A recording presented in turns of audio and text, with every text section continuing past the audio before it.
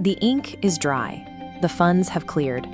For about 48 hours, standing in the quiet of your newly acquired business, you get to enjoy the champagne moment. You finally bought a company. Then Tuesday morning arrives. Payroll is due in 4 days. Month-end close is suddenly 2 weeks away. A key technician, someone the seller swore was fiercely loyal, just handed in his 2 weeks' notice. During the search phase, you had total autonomy. You set the pace, passed on bad deals, and answered mostly to yourself. Now you are instantly accountable to a board, to employees watching your every move, and to a P&L generating real consequences in real time. Acquiring a business is an obligation to understand a complex, living operation faster than it can surprise you. This timeline maps out a typical operator's first 100 days. You will navigate 3 full month-end close cycles. You will execute 7 payroll runs. You will lead 14 weekly leadership meetings with a team constantly evaluating your competence and checking to see if their jobs are safe. All of these obligations hit your desk before you actually understand your gross margin by job type, your customer concentration risk, or why your crews operate the way they do. In 2025, an Acquisition Stars study revealed that 27% of M&A failures are traced back to mismanagement during this specific 100-day window. This is a high-stakes second diligence phase, where the new owner finally owns every consequence. That failure often starts on the outside. In blue-collar service businesses, customer loyalty is deeply personal. It was forged by the original founder and maintained through years of handshakes and informal assurances. The moment ownership changes hands, those customers quietly put you on trial. They aren't looking for shiny new upgrades. They are testing whether your service remains perfectly consistent while your internal operations are in upheaval. What drives them away isn't usually a catastrophic disaster.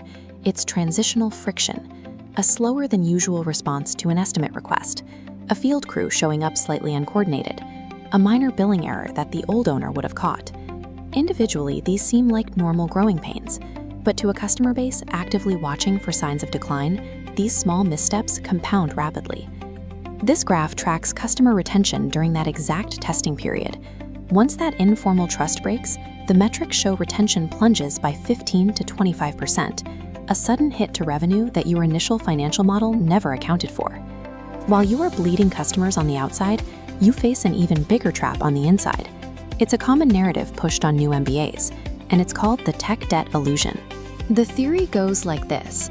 You acquire an analog, paper-based Main Street business, deploy modern cloud software and AI scheduling, and instantly double your profit margins through sheer operational efficiency. The reality is that the analog system works because of the people running it. Legacy employees hold the institutional muscle memory and the informal customer relationships that actually generate your cash flow every single day. When a new owner walks in on week 2 and immediately tries to replace deeply ingrained workflows with unfamiliar tools, they are sending a clear message. Everything you know is wrong. The employees react rationally. Some push back. Others comply with the new software on paper while emotionally checking out. And the most experienced ones simply pack up and leave. Forcing new technology into the operation before you've proven your own competence drives out the exact institutional knowledge you just paid a massive premium to acquire. The solution here isn't to avoid software forever. You still need modern systems to grow. The answer is strict sequence. This 3-tiered model illustrates the deployment sequence. First 30 days, observe and stabilize. Earn trust without suggesting a single change.